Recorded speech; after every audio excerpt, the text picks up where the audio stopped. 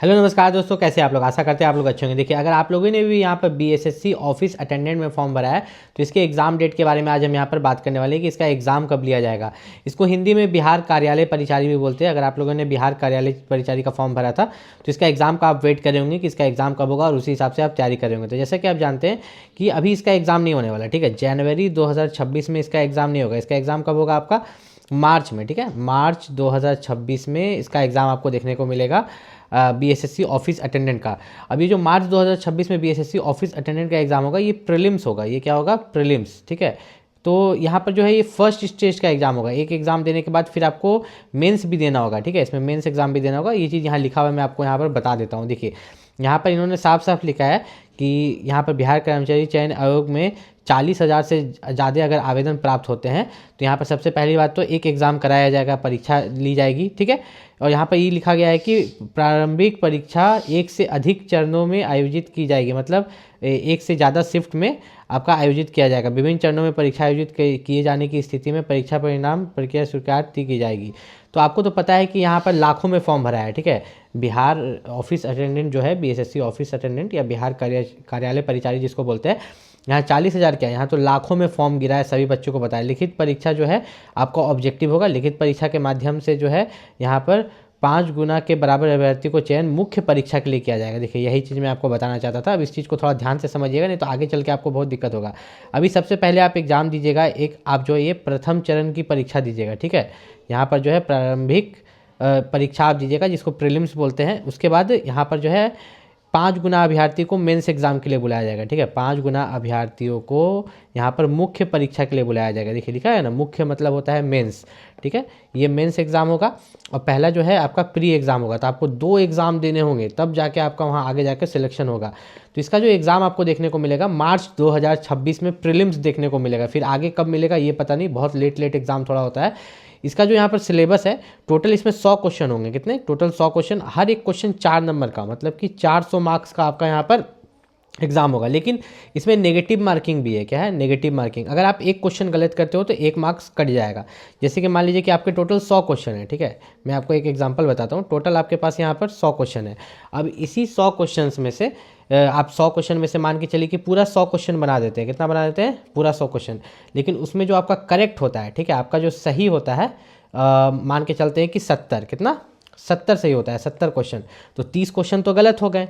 30 question तो आपने गलत कर दिया। 100 में 100 आपने अटेम्प्ट कर दिया, आपका 70 सही हो गया, ठीक, और 30 गलत हो गया। तो सबसे पहले जो आपका 70 सही हुआ तो आपको 70 गुना 4 मार्क्स मिलेगा, ठीक है। 70 गुना 4 कितना आना चाहिए? तो 70 गुना 4 कीजिएगा तो 280 होता है, ठीक है। 280 नंबर आपको मिलेगा। तो क्या आपको 280 मिल गया 400 में? नहीं, ये जो 30 गलत किए ना उसका नेगेटिव मार्किंग कटेगा। कितना? 30 नंबर, ठीक है। 280 में से जो है 30 मार्क्स आपका यहाँ पर कट जाएगा, जो कि आपका हो जाएगा 250। तो आपको मिला 400 में से 250 मार्क्स। कितना? 400 में से 250 मार्क्स। तो जो नेगेटिव आप कीजिएगा, जितना गलत कीजिएगा उतना कट जाएगा। वही आप 100 में से 70 ही अटेम्प्ट करते, 70 से ही हो जाता, तो आपका एक भी नंबर यहाँ पर नहीं कटता। अब यहाँ पर जो क्वालिफाइंग मार्क्स है, एक तरह से प्रीलिम्स में इन्होंने बोला है, ठीक है। नोटिफिकेशन के मुताबिक मैं आपको बता दूं कि यहाँ पर जो है इन्होंने बोला कि सामान्य अंक गणित से क्वेश्चन आएगा, सामान्य ज्ञान से और सामान्य हिंदी से यहाँ पर क्वेश्चन पूछे जाएंगे। यहाँ पर एक गलती भी यहाँ इन्होंने किया है कि सामान्य अंक गणित में इन्होंने लिखा है 30 अंक। 30 अंक नहीं, यहाँ पर 30 क्वेश्चन हुए, ठीक है। और इसको गुना अगर आप 4 कर लीजिएगा तो 3 4 12, मतलब 120 मार्क्स का जो है सिर्फ आपका मैथ आएगा, 120 मार्क्स का, ठीक है। 120 मार्क्स का मैथ हो गया। फिर सामान्य ज्ञान से 40 क्वेश्चन हो गए। फिर सामान्य हिंदी से 30 क्वेश्चन हो गए। यहाँ क्वालिफाइंग मार्क्स दिया गया है कि कितना क्वालिफाइंग मार्क्स आपको बीएसएससी ऑफिस अटेंडेंट के एग्जाम में लाना होगा। तो क्वालिफाइंग मार्क्स कितना? 400 का आपका एग्जाम है। जनरल के लिए 40% है, पिछड़ा वर्ग के लिए 36.5। एक मैं निकाल के दिखाता हूँ। मान लीजिए कि 400 मार्क्स का आपका एग्जाम हो रहा है। मान लीजिए क्या 400 मार्क्स का ही एग्जाम हो रहा है ना, 100 क्वेश्चन गुना 4, 400 मार्क्स, ठीक है। एक क्वेश्चन के लिए कितने मार्क्स दिए गए? यहाँ ऊपर हम देख के भी आ जाते हैं, ठीक है। प्रत्येक सही उत्तर के लिए 4 अंक दे होंगे, ठीक है। तो नीचे चलते हैं। तो जनरल के लिए 40% लाना है क्वालिफाई करने के लिए। तो 40% कितना हो गया? ये 0 गया, ये 0 गया, 4 4 16, 160 नंबर। मतलब जो जनरल कैटेगरी का है वह 400 में से कितना नंबर लेके आएगा? 160। लेकिन एक महिला का देखते हैं, ठीक है। महिला के लिए और SC ST के लिए 32% है। तो 400 का 32% भी निकाल के देख लेते हैं। तो अगर आप यहाँ पर 400 का 32%, कितना? 400 का अगर यहाँ पर हम लोग निकालते हैं 32%, तो वे कितना होता है, ठीक है। तो 32% यहाँ पर 0 गया, यहाँ पर 0 गया, और यहाँ पर लगभग 128। कितना? 400 में से 128 फीमेल कैंडिडेट के लिए और SC ST के लिए यहाँ पर है। सबसे खास बात यहाँ पर ये था कि फॉर्म फीस उस समय है 100 रुपये कर दिया गया था। अभी तो फॉर्म भरा चुका है। अभी हम एग्जाम डेट के बारे में बात करें कि एग्जाम आपका मार्च 2026 में होगा। साथ ही साथ आरक्षण को लेके बहुत कोई को दिक्कत है, जाति निवास प्रमाण पत्र और यहाँ पर जो है अस्थायी निवास प्रमाण पत्र। तो यहाँ पर दोनों किसको लगेगा, ठीक है, जाति और अस्थायी निवास प्रमाण पत्र किसको लगेगा, जो लोग सबसे पहली बात बिहार के हो और बिहार के साथ साथ वे लोग अगर ओबीसी कैटेगरी से आते हैं, SC ST या EWS मतलब बिहार से हैं और बिहार में भी आप रिजर्व्ड कैटेगरी से बिलोंग करते हैं, तो आपका जाति प्रमाण पत्र भी लगेगा और अस्थायी निवास प्रमाण पत्र दोनों यहाँ पर लगेगा आपका, ठीक है। लेकिन एक केस है जिसमें सिर्फ आपका अस्थायी निवास प्रमाण पत्र मतलब मूल निवास प्रमाण पत्र जो डोमिसाइल सर्टिफिकेट है सिर्फ वो लगेगा, जाति नहीं लगेगा। किस केस में, अगर आप जनरल से हैं, क्या से हैं, अगर आप UR कैटेगरी से हैं, जनरल कैटेगरी से हैं तो सिर्फ आपका निवास प्रमाण पत्र लगेगा, आपको जाति प्रमाण पत्र नहीं लगेगा। लेकिन आप बिहार से हैं, साथ ही साथ आप OBC SC ST EWS से हैं, तब आपको यहाँ पर दोनों आपके पास बना हुआ होना चाहिए। इस चीज़ का खास ख्याल रखिएगा। और इसमें इन्होंने एक चीज़ और भी दिया है कि अगर आप आरक्षण का दावा कर रहे हैं लेकिन DV के समय आपके पास सही डॉक्यूमेंट्स नहीं रहते हैं तो उस समय भी आपको रिजेक्ट किया जा सकता है। इस चीज़ का खास ख्याल रखिएगा। और जैसे कि आप जानते हैं कि एग्ज़ाम आपका मार्च में होगा, कब होगा, मार्च 2026, ठीक है।